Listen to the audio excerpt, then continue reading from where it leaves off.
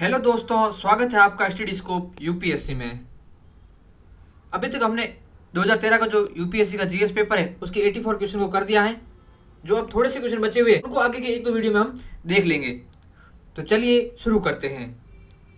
आज का हमारा पहला प्रश्न है, द्रव्य की पूर्ति यथावत रहने पर यदि द्रव्य की मांग में वृद्धि होती है। अब यहाँ पर क्या कहा गया है, द्रव्य यानी कि मनी सप्लाई, मुद्रा आपूर्ति, मुद्रा आपूर्ति की पूर्ति मतलब सप्लाई उसकी वैसी की वैसी है जितनी पहले थी, ठीक है, और उसके साथ क्या बढ़ जाए, मांग बढ़ जाए, तो इनमें से क्या होगा उसे हमें देखना है।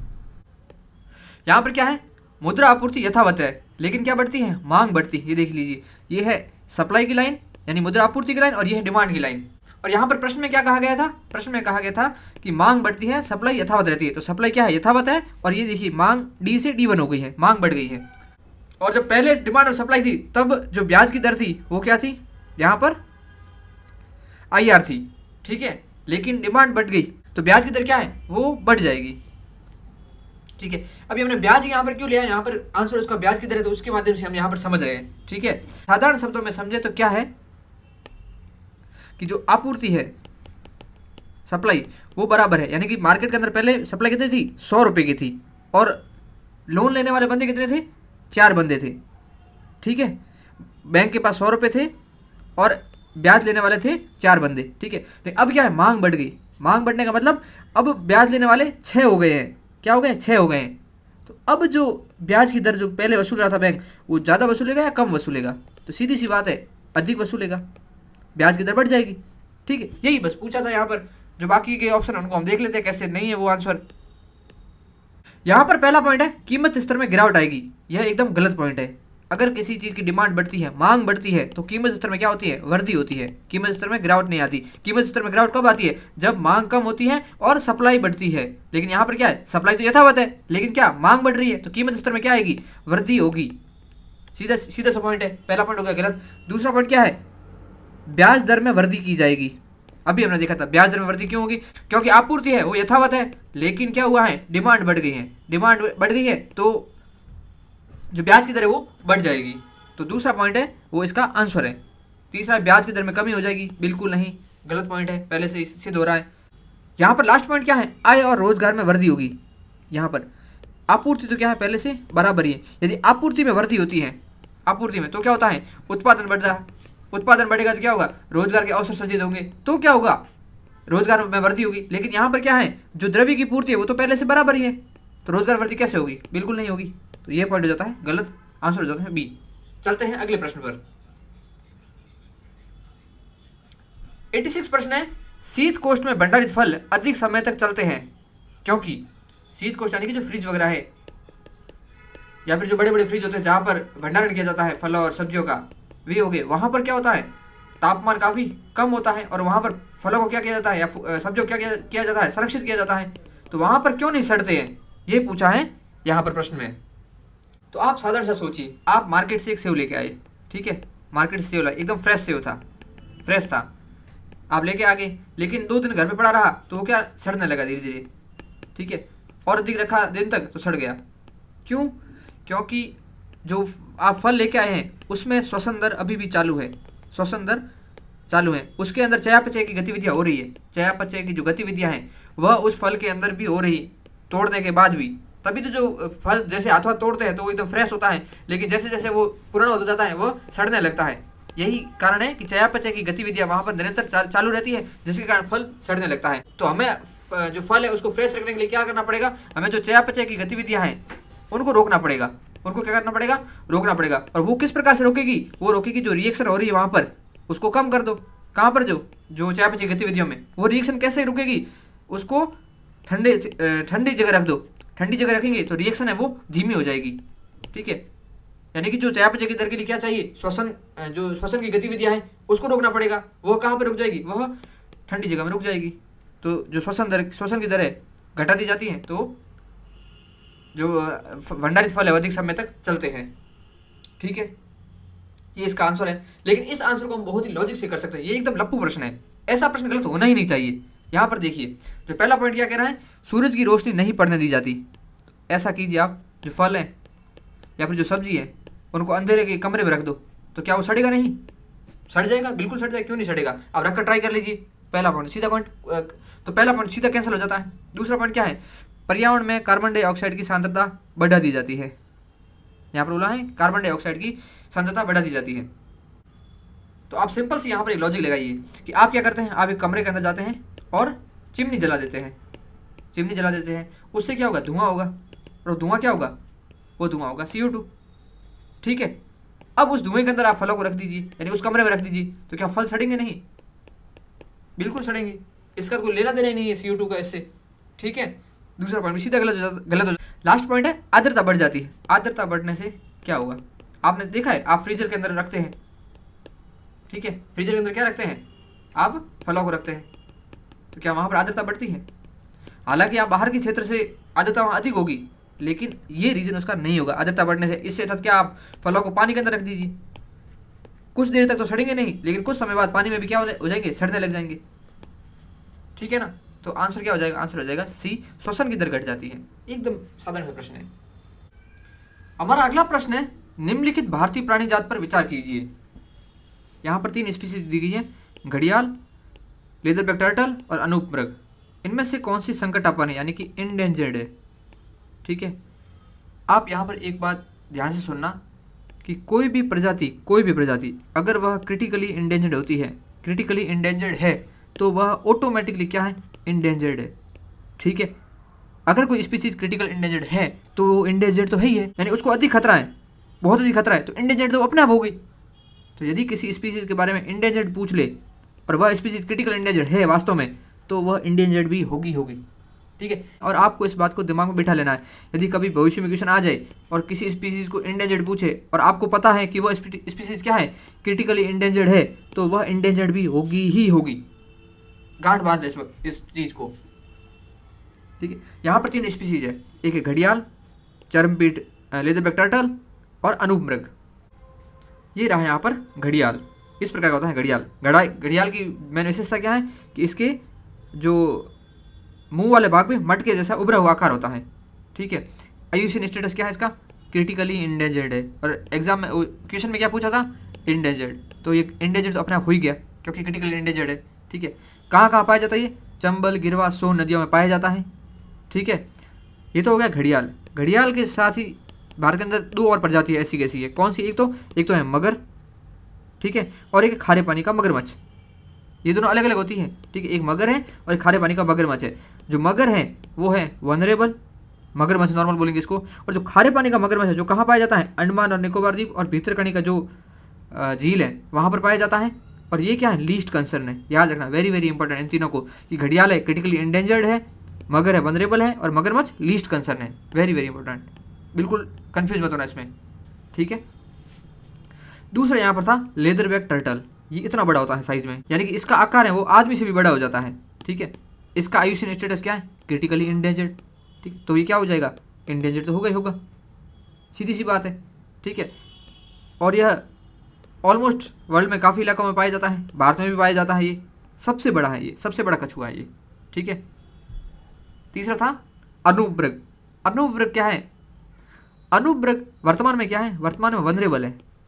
वर्तमान क्या है? वनरेबल है। लेकिन जब ये प्रश्न आया था 2014 में, तब ये क्या था? तब ये इंडेंजर्ड था। तो अब क्या है ये? अब ये वनरेबल है। आप गलती से इसको इंडेंजर्ड मत समझ लेना अब।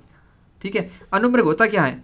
अनूप स्वाम्प डियर, ये जो 12 सिंगा होता है उसे ही बोलते हैं, 12 सिंगा को ही अनूप बोलते हैं। ठीक है, और ये मूलतः कहाँ पाया जाता है? जो कान्हा नेशनल पार्क है, यहाँ पर बहुत अधिक संख्या में पाए जाते हैं ये। ठीक है, यहाँ पर आप 2 अनूप देख रहे हैं। एक ये जो पीछे बिना सींग वाला है, ये है मादा, यानी कि मादा के सींग नहीं होते हैं। वेरी वेरी इंपॉर्टेंट, यूपीसी पूछ सकता है। जैसे आजकल पूछ रहे हैं कि छिपकली घोंसला बनाती है नहीं बनाती, गिलहरी घोंसला बनाती है, इस टाइप का यूपीसी पूछ रहा है। तो ये बड़ी बात नहीं, कभी पूछ ले कि जो मादा अनूप होती है उसके सींग होते हैं नहीं होते हैं? बिल्कुल नहीं होते। आप इमेज में देख रहे हैं यहाँ पर। और जो नर अनूप होता है उसके सींग होते हैं। ठीक है, और जो ये अनूप है ये दलदल वाले पानी में रहता है, दलदल वाले इलाकों में रहता है। ठीक है, ये इसकी मेन विशेषताएं होगी। अब हम चलते हैं हमारे प्रश्न पर। तो जब ये प्रश्न आया था तब ये था क्रिटिकली इंडेंजर्ड, लेदरबैक टर्टल था क्रिटिकली इंडेंजर्ड और अनूप था इंडेंजर्ड। तो आंसर था C। लेकिन अगर वर्तमान कॉन्टेक्स्ट में देखें तो आंसर क्या होगा? A होगा। ठीक है, ध्यान रखना आप इस बात का। चलते हैं हमारे अगले प्रश्न पर। अगला प्रश्न है, साइकिल और कारों में बॉल बीयरिंग का प्रयोग किया जाता है। बॉल बीयरिंग क्या होती है? आपने साइकिल चलाई होगी, जो साइकिल का टायर होता है, ये टायर था साइकिल का, यहाँ पे बीच में इसकी जो हम बोले ताड़ी जुड़ी होती थी, रिंग थी इसकी जो जुड़ी होती थी, ठीक है, यहाँ पर बीच में चक्कर होता था और इस पे यहाँ पर बॉल बीयरिंग लगी होती थी। आप याद कर पा रहे होंगे, ठीक है, यही बॉल बीयरिंग होती है। ये क्यों लगाई जाती है? एकदम जनरल साइंस का प्रश्न है, इसका रीज़न क्या है यहाँ से बताना है हमारे को, ठीक है। ये देखिए इस प्रकार की होती है बॉल बीयरिंग, ये बीच में लगा रखें, ये है बॉल बीयरिंग, ठीक है। ये क्यों लगाते हैं? आप देख रहे हैं ये जो अंदर वाला चक्कर है ये किससे जुड़ा होता है? ये हमारे पेंडल से या इंजन से जुड़ा होता है, बाइक के अंदर, कार के अंदर, ठीक है। ये तो घूमता है, इसके घूमने के कारण क्या घूमता है? टायर घूमता है, ठीक है। अगर ये टायर पूरा का पूरा इससे चिपका हो तो क्या लगेगा? घर्षण बल ज़्यादा लगेगा, घर्षण बल ज़्यादा काम करेगा, जिसके कारण क्या होगा? गति पकड़ने में दिक्कत होगी, स्पीड में दिक्कत आएगी, ठीक है। तो हमें स्पीड भी देनी है कार को या साइकिल को, ईजिली चलाना है, तो क्या करना है? जो इसका जो स्पर्श एरिया है, जो ऊपर वाले जो जिसका टायर का एरिया है, उसका जो इंजन वाले पार्ट से जुड़ा हुआ जो चक्र घूमता है इंजन के कारण या फिर जो पेंडल मारने के कारण, उसके सापेक्ष जो एरिया वो कम करना है। क्या करना है? एरिया कम करना है।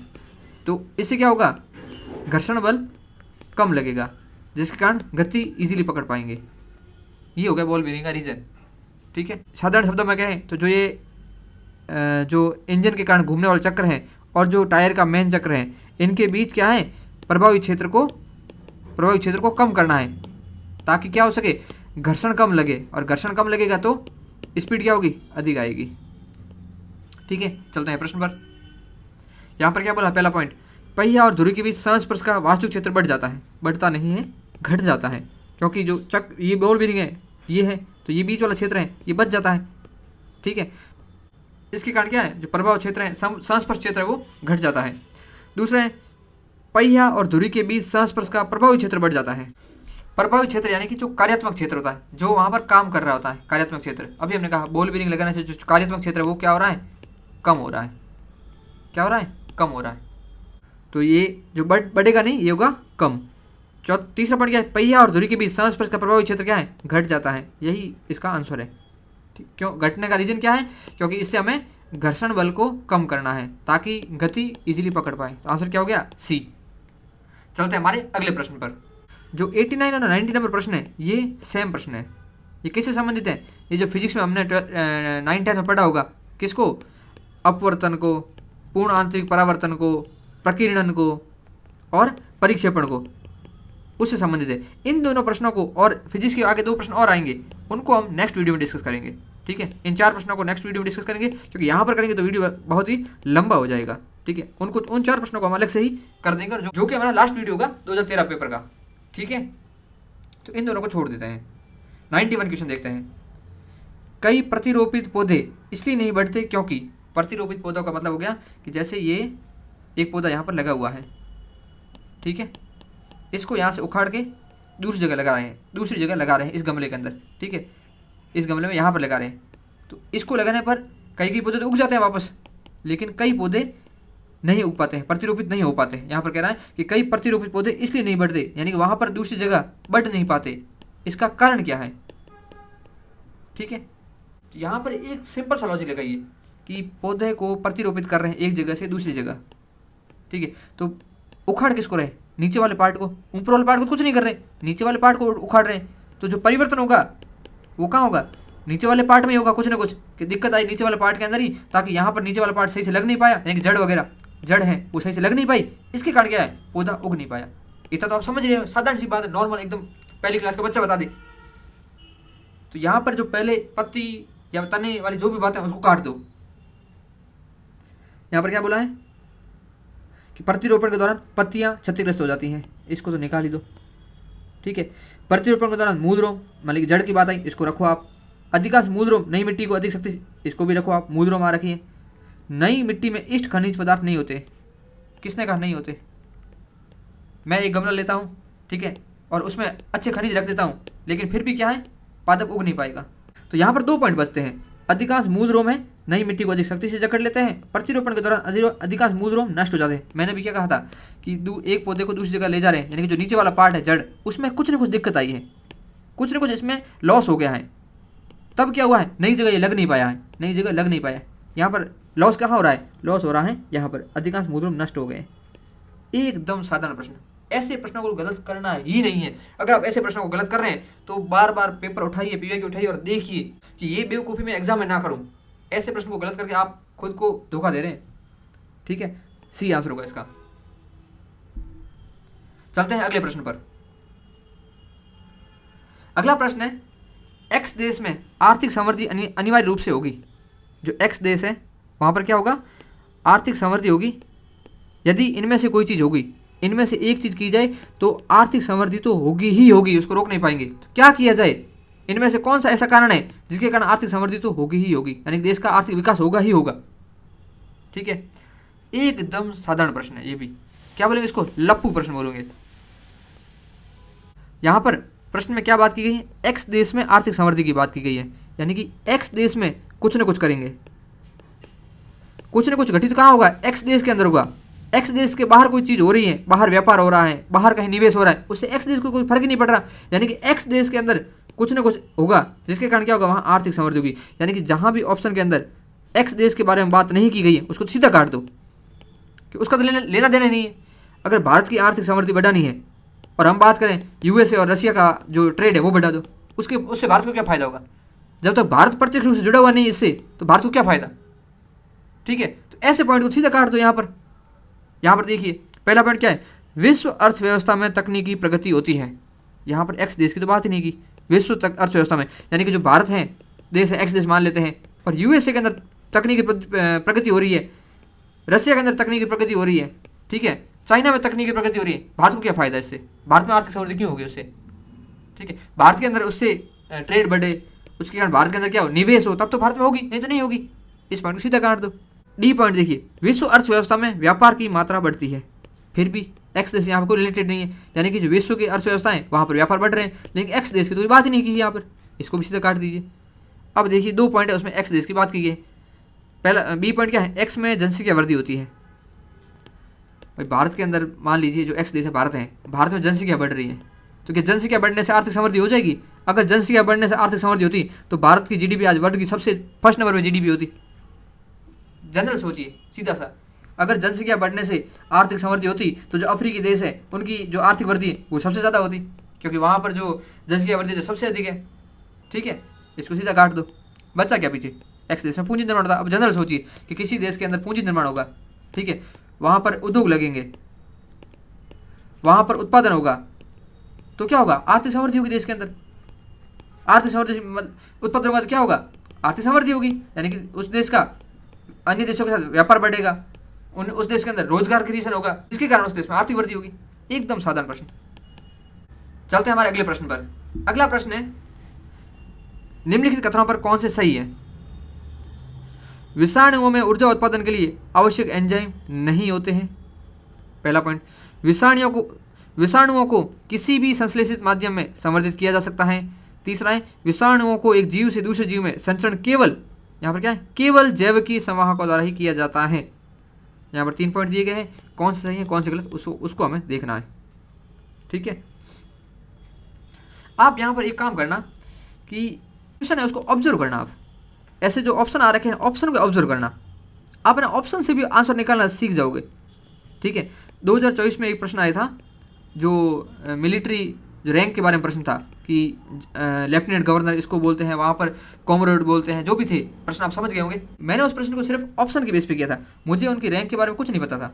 ठीक है, वहाँ पर क्या था, बाकी ऑप्शन में 1 2 3 था, 1 2 3 4 था, या फिर 2 4 था, लेकिन एक ऑप्शन क्या था, ओनली 3 था, ओनली 3।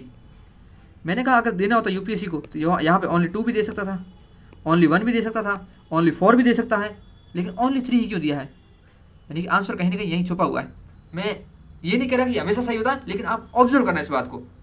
यहाँ पर भी आप देखिए क्या है, 2 और 3, 1 3 1 2 3 यहाँ पर देने के लिए ऑप्शन, उसके बाद यूपीएससी के बाद और भी क्या ऑप्शन यहाँ पर यूपीएससी दे सकता था, ओनली 2 दे सकता था, ओनली 3 दे सकता था। ठीक है, लेकिन यहाँ पर क्या दिया है, ओनली 1 दिया है। आंसर इसका यही है। लेकिन आपको तो ये पता होगा, क्योंकि विषाणु के बारे में हम पहले की वीडियो में अच्छे से पढ़ चुके हैं कि विषाणु है वो कृत्रिम माध्यम में संवर्धित नहीं किए जा सकते हैं। ये हम बात हमने पढ़ी थी। क्यों नहीं किए जा सकते? क्योंकि विषाणुओं के पास खुद की ऊर्जा उत्पादन के लिए आवश्यक एंजाइम नहीं होते हैं। एंजाइम नहीं होने के कारण क्या है, वो ऊर्जा उत्पादन नहीं कर पाते। वे कब ऊर्जा उत्पादन कर पाते हैं? जब वे किसी जीवित कोशिका में जाते हैं, जब वे किसी जीवित कोशिका के अंदर ही अपनी गतिविधियों को कर सकते हैं। जीवित कोशिका के जो एनर्जी उसका यूज करके विषाणु क्या होते हैं, जीवित होते हैं। ठीक है, विषाणु जब तक कोशिका से बाहर होते हैं या किसी जीवित जीव से बाहर होते हैं तब तक वे क्या होते हैं, निर्जीव अवस्था में होते हैं। इसलिए उनको जीव की श्रेणी में माना भी नहीं जाता है।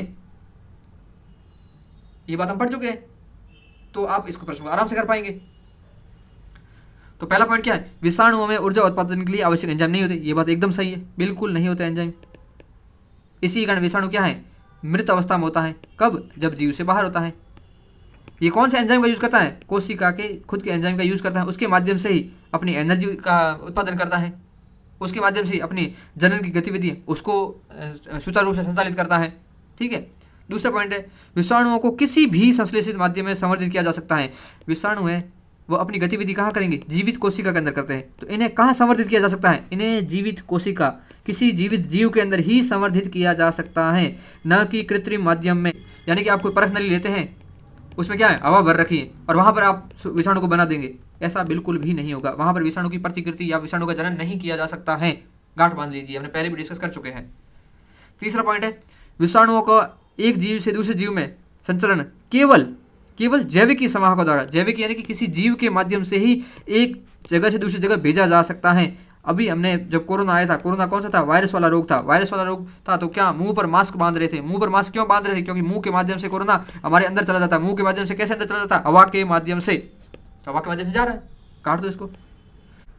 चलते हैं हमारे अगले प्रश्न पर। हमारा अगला प्रश्न है, मरुस्थल क्षेत्रों में जल आस रोकने के लिए निम्नलिखित में से कौन से पर्ण रूपांतरण होता है? एकदम साधारण प्रश्न, ये भी जनरल साइंस का प्रश्न है। जो मरुस्थल क्षेत्र होते हैं, जैसे कि जहाँ से मैं आता हूँ, मैं कहाँ से आता हूँ, जैसलमेर से। मरुस्थल एरिया है, जो वहाँ पर जो पेड़ पौधे होते हैं उनकी पत्तियाँ क्या होती हैं, छोटी होती हैं। और वहाँ पर जो पेड़ पौधे वो क्या होते हैं, कांटेदार होते हैं। और उनकी छाल क्या होती हैं, पौधों की मोटी होती हैं। कोई राजस्थान का बंदा है तो खिजड़ी का एग्जाम्पल ले सकता है। खिजड़ी की पत्तियाँ छोटी होती हैं, उस पर कांटे लगे होते हैं। उसकी जो तने की खाल होती है, वो छाल होती है, वो बहुत ज़्यादा मोटी होती है। ठीक है, क्यों होती हैं? क्योंकि उनको बचाना क्या है, वहाँ पर पानी को बचाना है। पौधे हैं, उनके पास पानी कम है, तो वो पानी का क्या करना चाहते हैं, उच्चतम उपयोग करना चाहते हैं। उच्चतम उपयोग, सीधा वाष्पोत्सर्जन नहीं करके अपने जो पानी की जो कम पानी है उसको गंवा देना नहीं चाहते। वो पानी का उच्चतम उपयोग करना चाहते हैं। वहाँ पर जो डार्विन का सिद्धांत है, कौन सा, सर्वाइवल ऑफ द फिटेस्ट या उत्तरजीविता का जो सिद्धांत है, उसको ये लागू कर रहे हैं कि वहाँ पर जीवित रहने के लिए उन्होंने अपने अंदर रूपांतरण किया। कठोर है मोमीकरण से क्या हुआ, जो वाष्पोत्सर्जन है वो कम होगा। लघुपर्ण से या पर्ण पत्तियाँ ही नहीं, तो उसके कारण क्या होगा, पानी क्षय होगा ही नहीं, पानी की आवश्यकता कम होगी। ठीक है, और पर्ण की जगह कांटे, पत्तियों की जगह क्या होंगे, कांटे होंगे। ठीक है, ये तीनों ही क्या है, मरुस्थल क्षेत्र के जो पादप होते हैं उनमें जल आस को रोकने के कारण है। चलते हैं हमारे अगले प्रश्न पर। जो अगले दो प्रश्न हैं 95 और 96, इसको भी हम जो अब पिछले वाले प्रश्न थे उनके साथ ही डिस्कस करेंगे कल की वीडियो में। ये भी थोड़े डीप साइंस के प्रश्न हैं, इनको अच्छे से डिस्कस करेंगे। अगला प्रश्न है, कवक मूलीय या माइकोराइजल जैव प्रौद्योगिकी को निम्नीकृत स्थलों में पुनर्वास में उपयोग में लाया गया क्योंकि कवक मूल के द्वारा, इसको आप इंग्लिश में पढ़िए, थोड़ा आसानी होगी। यहाँ क्या कहा गया है, mycorrhizal biotechnology has been used in rehabilitating वापस लगा रहे हैं डिग्रेडेड साइट्स, जो साइट नष्ट हो गई वहाँ पर, because mycorrhizal enables the plants to. इसका अर्थ क्या है, इसका अर्थ है कि जो माइक्रोराइजल टेक्नोलॉजी है उसका कहाँ यूज किया जाता है, उसका यूज वहाँ पर किया जाता है जहाँ पर पुनर्वास के लिए जो स्थल है वो निम्नीकृत है। वहाँ पर क्या है, जो व्यवस्था, जो पादप उगने के लिए कंडीशन सही नहीं है, लेकिन वहाँ पर क्या कर रहे हैं, माइक्रोराइजल टेक्नोलॉजी का उपयोग कर रहे हैं, जिसके कारण क्या है, वहाँ पर पादप आसानी से उग सके। तो ऐसा क्या है माइक्रोराइजल टेक्नोलॉजी में जिसके कारण उसका यूज वहाँ पर किया जाता है। ठीक, उसको हमें जानना है। सबसे पहले जानते हैं माइक्रोराइजा होता क्या है। जो माइक्रोराइजा है, ये पादप है, ये पादप की जड़ें हैं, और यहाँ पर ये क्या है, कवक मूल है नीचे। लेकिन साथ में क्या है, कवक मूल बहुत छोटे हो जाते हैं, यहाँ पर बहुत छोटे। ये क्या है, ये यहाँ पर कवक के कारण हुए हैं। ये क्या है, ये पादप की जड़ों पादप और कवक के बीच क्या है, सहजीवी संबंध है, सहजीवी संबंध है। इसे ही बोलते हैं माइकोराइजा। क्या बोलते हैं, इसे बोलते, किसे बोलते हैं माइकोराइजा, जिसमें पादप और कवक के मध्य क्या होता है, सहजीवी संबंध होता है। इसके कारण क्या होती है, एक तो जो पादपों की जो कोशिका भित्ति होती है वो मोटी हो जाती है। इसके कारण क्या होता है, जो जड़ों की कोशिका भित्ति है एक तो मोटी हो जाती है। इसके साथ ही क्या है, जो कवक है वो फाइटोएलेक्सिन जैसे उत्पादों का स्राव करते हैं, जिसके कारण क्या होता है, पादपों को एक्स्ट्रा हेल्प मिलती है। उसको हम देखते हैं। ये देखिए माइकोराइजल क्या है, सहजीवी संबंध है किसके बीच, कवक और पादप के बीच। ये पादप और कवक के बीच सहजीवी संबंध है। यानी कि जो पादप है वो कवक को क्या देते हैं, वो कवक को कार्बनिक अणु देते हैं, यानी कि कार्बोहाइड्रेट वगैरह, ग्लूकोज वगैरह जो एनर्जी के लिए आवश्यक होते हैं वो देते हैं पादप किनको, कवक को। और कवक क्या देते हैं, कवक जमीन में से पानी व पोषक तत्व पादपों को प्रोवाइड कराते हैं। अब अभी हमने देखा था क्या होता है कि जैसे जड़ है और ये ऊपर पादप है। कवक मूल क्या होते हैं, यहाँ छोटे छोटे छोटे छोटे जो इसका क्षेत्रफल है वो क्या है, बहुत ज़्यादा बढ़ा देते हैं। एक तो क्षेत्रफल बढ़ा दिया, ठीक है, क्षेत्रफल बढ़ा दिया तो इसके कारण क्या होगा, जो पोषक तत्व है उसका उच्चतम यूज कर पाएंगे। यानी कि किसी मृदा में पोषकों की कमी है, निम्नीकृत मृदा है, वहाँ पोषक कम है, लेकिन उन कम पोषकों का भी यूज कवक मूल की सहायता से किया जा सकता है, क्योंकि ये बहुत ही जो क्षेत्रफल है जड़ का वो बढ़ा देते हैं। दूसरी बात यहाँ पर पानी कम है, ठीक है, आर्द्रता कम है, लेकिन ये कवक मूल जो कम आर्द्रता है वहाँ से भी क्या है, पानी सौंख लेंगे और किसको दे देंगे, पादपों को दे देंगे। Very simple. तो इस प्रकार के सहजीवी संबंध को क्या बोलते हैं, माइकोराइजा बोलते हैं। इसका यूज क्या होता है, क्षतिग्रस्त स्थलों के पुनर्वास के लिए। क्यों, क्योंकि ये उनका प्रभाव क्षेत्र वगैरह बढ़ा देते हैं। उसको हम देखते हैं, क्योंकि इससे क्या होगा, अवशोषण आसान हो जाएगा, किसका, जल और खनिज होगा, और अशांत भूमि पर पुनः वनीकरण इजीली हो पाएगा। और ये क्या करते हैं, जो किसी मृदा की जो पीएच है, किसी मृदा की पीएच की अति सीमा या तो पीएच क्या है, बहुत ज़्यादा कम हो गई है, बहुत अधिक कम हो गई पीएच, या पीएच बहुत ज़्यादा हो गई, यानी कि या अति क्षारीय मृदा और अति अम्लीय मृदा, दोनों में क्या है, यह जो माइकोराइजल टेक्नोलॉजी वो हेल्पफुल होती है। कैसे हेल्पफुल होती है, ये क्या करते हैं, ये जो आसपास के जो पीएच होता है जो मृदा का, उसको संशोधित कर देते, यानी कि यदि पीएच बहुत ज़्यादा है तो उसको कम कर देंगे, और यदि पीएच बहुत कम है तो उसको बढ़ा देंगे। किस प्रकार से, ये जो अपने जो अंदर से एंजाइमों का स्राव करते हैं उसके कारण जो मृदा की पीएच है उसको रेगुलेट कर देते हैं। दूसरा क्या बोला है यहाँ पर, अधिक अनुकूल सूक्ष्म वातावरण का निर्माण करते हैं, सूक्ष्म वातावरण निर्माण करते हैं। कैसे, बहुत ही ज़्यादा क्षेत्रफल प्रदान करते हैं, और वहाँ पर क्या करते हैं, ये कार्बनिक एसिड वगैरह का स्राव करते हैं, जिसके कारण क्या है, जो वातावरण है वहाँ का, नीचे मृदा का, वो अनुकूल बन जाता है। तीसरा क्या बोला है, तीसरा पॉइंट क्या है, विशिष्ट यौगिकों का स्राव करता है, अभी हमने देखा था। चौथा है, अलग अलग जो कवक की प्रजातियाँ हैं वे अलग अलग पीएच क्षमता में काम कर सकती है। यानी कि किसी मृदा की पीएच है ना, वो बहुत ही ज़्यादा क्या है, अधिक है, तो वहाँ पर ऐसा कवक का यूज़ करेंगे जो अधिक पीएच के साथ जीवित रह सकता है। और यदि किसी मृदा का पीएच बहुत ज़्यादा कम है तो ऐसे कवक का वहाँ यूज़ करेंगे जो कम पीएच में काम कर सकता है। ठीक है, ये होगी माइक्रोराइजल टेक्नोलॉजी के फायदे। अब इसमें पहला पॉइंट क्या है, पहला पॉइंट है सूखे का प्रतिरोध करने एवं अवशोषण क्षेत्र बढ़ाने की क्षमता आ जाती है। अभी हमने कहा था कि उसका क्षेत्रफल है वो बढ़ जाता है, पहला पॉइंट एकदम सही। पीएच की अति सीमाओं को सहन करने की क्षमता आ जाती है। किस प्रकार से, अलग अलग टाइप के कवक हैं वो अलग अलग पीएच में काम कर सकते हैं। दूसरा, ये अपने अंदर से एंजाइमों का स्राव करते हैं, जिसके कारण मृदा की जो पीएच वगैरह है उसको नियंत्रित कर सकते हैं। तीसरा पॉइंट है रोगग्रस्तता से प्रतिरोध की क्षमता आ जाती है। किस प्रकार से, अभी हमने पहले बोला था कि जो इसके कारण जड़ों की क्या है, कोशिका भित्ति है वो मोटी हो जाती है। इसके कारण क्या है, जो संक्रमित करने वाले तत्व होते हैं वह पौधे में आ नहीं पाते हैं, जिसके कारण पौधे में क्या होते हैं, रोग नहीं लगते। तो आप एक चीज़ यहाँ पर और नोटिस करना कि जो भी कोई टेक्नोलॉजी है वो पॉजिटिव है, यानी कि उस टेक्नोलॉजी का यूज़ है वो पॉजिटिव सेंस में हो रहा है। जैसे यहाँ माइक्रोराइजल टेक्नोलॉजी है, इसका यूज़ क्या हो रहा है, पॉजिटिव सेंस में हो रहा है। किस प्रकार से कि जो निम्नीकृत क्षेत्र है वहाँ पर वनीकरण कर सकते हैं, पॉजिटिव टेक्नोलॉजी एकदम बिल्कुल पॉजिटिव है। तो ये इस प्रकार की जो पॉजिटिव टेक्नोलॉजी होती है उसके जो पॉजिटिव पॉइंट होते हैं, पॉजिटिव पॉइंट वो हमेशा सही होते हैं, हमेशा सही होते हैं। ऐसा आप ऑब्जर्व करना, ठीक है। और इस प्रकार की जो पॉजिटिव टेक्नोलॉजी होती है उनका जो नेगेटिव पॉइंट होगा, नेगेटिव पॉइंट वो क्या होगा, हमेशा गलत होगा। जैसे यहाँ पर तीनों पॉइंट क्या है, पॉजिटिव है। सूखे का प्रतिरोध अवशोषण क्षेत्र क्षमता वृद्धि आ जाएगी, एकदम पॉजिटिव। पीएच की अति सीमा को सहन करने की क्षमता आ जाएगी, पॉजिटिव। यहाँ पर आता कि पीएच की क्षमता को सहन नहीं कर पाता तो ये गलत हो जाता। रोगग्रस्तता से प्रतिरोध की क्षमता आ जाती है, एकदम पॉजिटिव। तो इस प्रकार की जो पॉजिटिव बात है आप इसको ऑब्जर्व करना। इन्हीं को क्या बोलते हैं, इन्हीं को लॉजिक बोलते हैं, इन्हीं को ट्रिक्स बोलते हैं। यही ट्रिक्स हैं जो आपको सीखने की आवश्यकता है, ठीक है। तो जो पॉजिटिव टेक्नोलॉजी है उसके जो पॉजिटिव फायदे हैं वो सही होंगे, और जो नेगेटिव चीज़ है उनके बारे में वो होगी गलत। मैं आगे जब प्रश्न में आपको वापस ये चीज़ बताऊंगा, प्रूव करके बताऊंगा, एक बार नहीं 20 बार करके दिखाऊंगा। हमारा अगला प्रश्न है, निम्नलिखित में से कौन राष्ट्रीय विकास परिषद की रचना करते हैं? राष्ट्रीय विकास परिषद 2013 में राष्ट्रीय विकास परिषद के बारे में 3 बार पूछ लिया, हद होती है एक प्रश्न को पूछने की।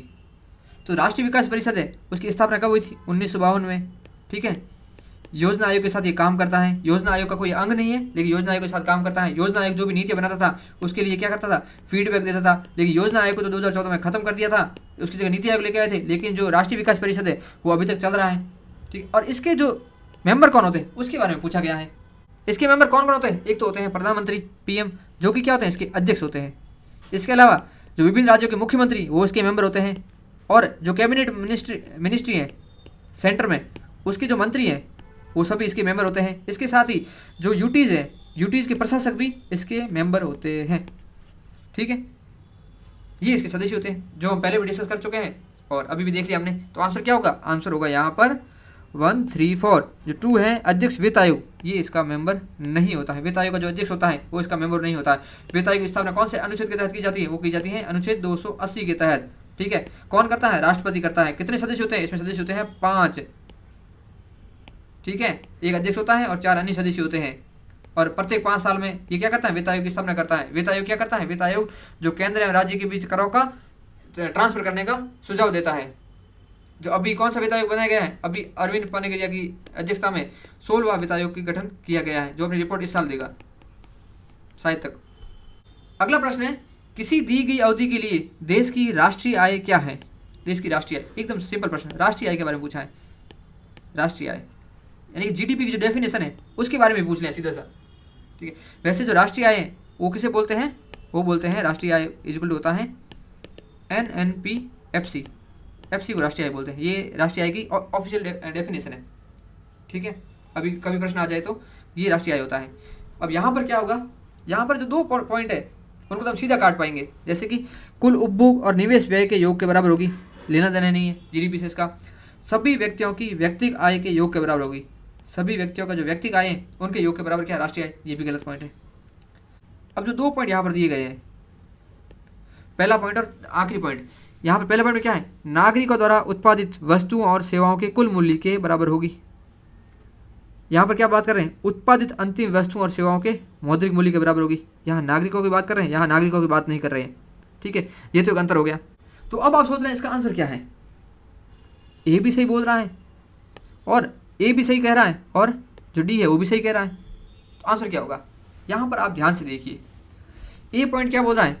नागरिकों द्वारा उत्पादित वस्तुओं और सेवाओं की कुल मूल्य के बराबर, और डी कह रहा है उत्पादित अंतिम वस्तुओं और सेवाओं के मौद्रिक मूल्य के बराबर।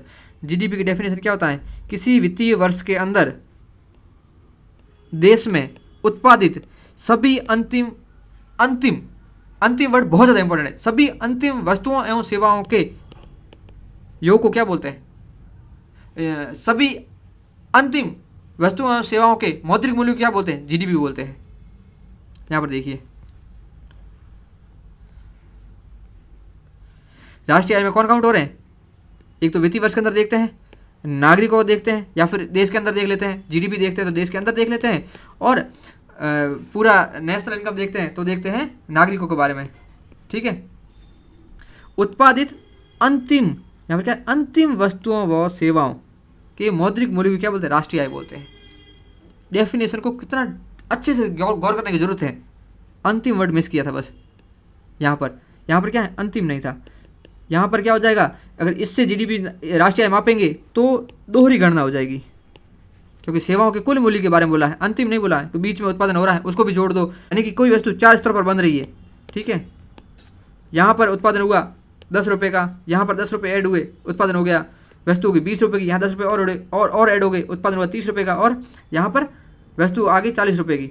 अंतिम वस्तु का उत्पादन 40 रुपये का हुआ। लेकिन अगर पहली डेफिनेशन के हिसाब से देखें तो जीडीपी कितनी हो जाएगी? 10 और 20 30, 30 और 30 60, 60 और 40 100, क्योंकि वहाँ पर अंतिम वस्तु को नहीं देख रहे। ठीक है, यहाँ पर हमें क्या देखना है? मध्यवर्ती वस्तुओं को देखना है। 10 रुपये यहाँ बटे, 10 रुपये यहाँ बटे, और 10 रुपये यहाँ, और 10 रुपये जो मूल हो गए, यानी कि 40 रुपये जीडीपी। आप समझ गए होंगे। इसलिए यहाँ पर डेफिनेशन को बहुत ज़्यादा गौर करने की जरूरत है। इकोनॉमी के अंदर आप कॉन्सेप्ट को अच्छे से पकड़िए। चलते हैं अगले प्रश्न पर। अगला प्रश्न क्या है, ग्रामीण परिवारों को निम्नलिखित में से कौन सीधी ऋण सुविधाएं प्रदान कर सकते हैं? क्षेत्रीय ग्रामीण बैंक, कृषि और ग्रामीण विकास के लिए राष्ट्रीय बैंक, भूमि विकास बैंक। ये कौन है? नाबार्ड। यहाँ पर पूछा गया है कि कौन जो सीधी ऋण सुविधा प्रदान कर सकते हैं ग्रामीण परिवारों को। नाबार्ड क्या है? नाबार्ड एक डीएफआई है, डीएफआई विकास वित्त संस्थान, डेवलपमेंट फाइनेंशियल इंस्टीट्यूशन, ठीक है। और जो डीएफआई है वो ना तो जनता से पैसे लेते हैं ना सीधे जनता को पैसे देते हैं। ये क्या करते हैं, ये जो बैंक वगैरह होते हैं उनको पैसे देते हैं। जैसे जो नाबार्ड है वो कृषि साख समिति है, उनको पैसे दे सकता है आगे लोन देने के लिए, लेकिन सीधा नाबार्ड जनता को पैसे नहीं देगा, ठीक है। तो दूसरा पॉइंट जाता है कैंसिल, आंसर आ जाता है सी। यहाँ पर पहला क्या है, क्षेत्रीय ग्रामीण bank, regional rural bank, RRB. स्थापना कब हुई थी? 1975 में प्रथम आरआरबी की स्थापना हुई थी। किस नाम से? प्रथमा बैंक नाम से। कहाँ पर? मुरादाबाद में। इसके बाद क्या लाए गए थे? आरआरबी एक्ट 1976 लेके आए थे। इसके तहत आरआरबी है उसको वैधानिक दर्जा दिया गया। और आरआरबी की स्थापना किसकी सिफारिश पर की गई थी? इसकी सिफारिश। और आरआरबी की स्थापना किसकी सिफारिश पर की गई थी? ये सिफारिश थी नरसिम्हम वर्किंग समिति बनी थी 1975 में, इसकी सिफारिश पर इसकी स्थापना की गई थी, ठीक है। और आरआरबी है जो अपने टोटल लोन का 75% किसको देता है? पीएसएल सेक्टर को देता है, पीएसएल क्षेत्र को देता है। और जो आरआरबी है उसमें हिस्सेदारी किसकी होती है? हिस्सेदारी आरआरबी में एक केंद्र की, राज्य की और अन्य बैंकों की। केंद्र की हिस्सेदारी कितनी होती है? केंद्र की हिस्सेदारी होती है 50% की, राज्यों की हिस्सेदारी होती है 15% की और अन्य बैंकों की हिस्सेदारी होती है 35% की। वेरी वेरी इंपॉर्टेंट, याद रखना।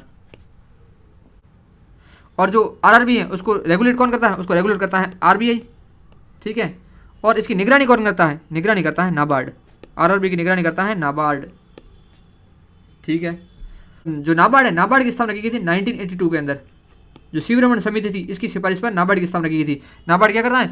ग्रामीण क्षेत्रों के अंदर कृषकों वगैरह को लोन वगैरह देने के लिए कार्य करता है। और जो सहकारी बैंक वगैरह होता है उनकी निगरानी का काम भी जो नाबार्ड वगैरह करता है, ठीक है। और जो भूमि विकास बैंक है, भूमि विकास बैंक, इनकी स्थापना आज़ादी से पहले की गई थी, आज़ादी से पहले। और इनका मेन उद्देश्य क्या है भूमि विकास बैंक का? इनका उद्देश्य है दीर्घकालिक लोन देना, दीर्घकालिक लोन के लिए इनकी स्थापना की गई थी, ठीक है। तो आंसर हो गया सी। इस वीडियो को यही समाप्त करते हैं। वीडियो पूरा देखने के लिए धन्यवाद।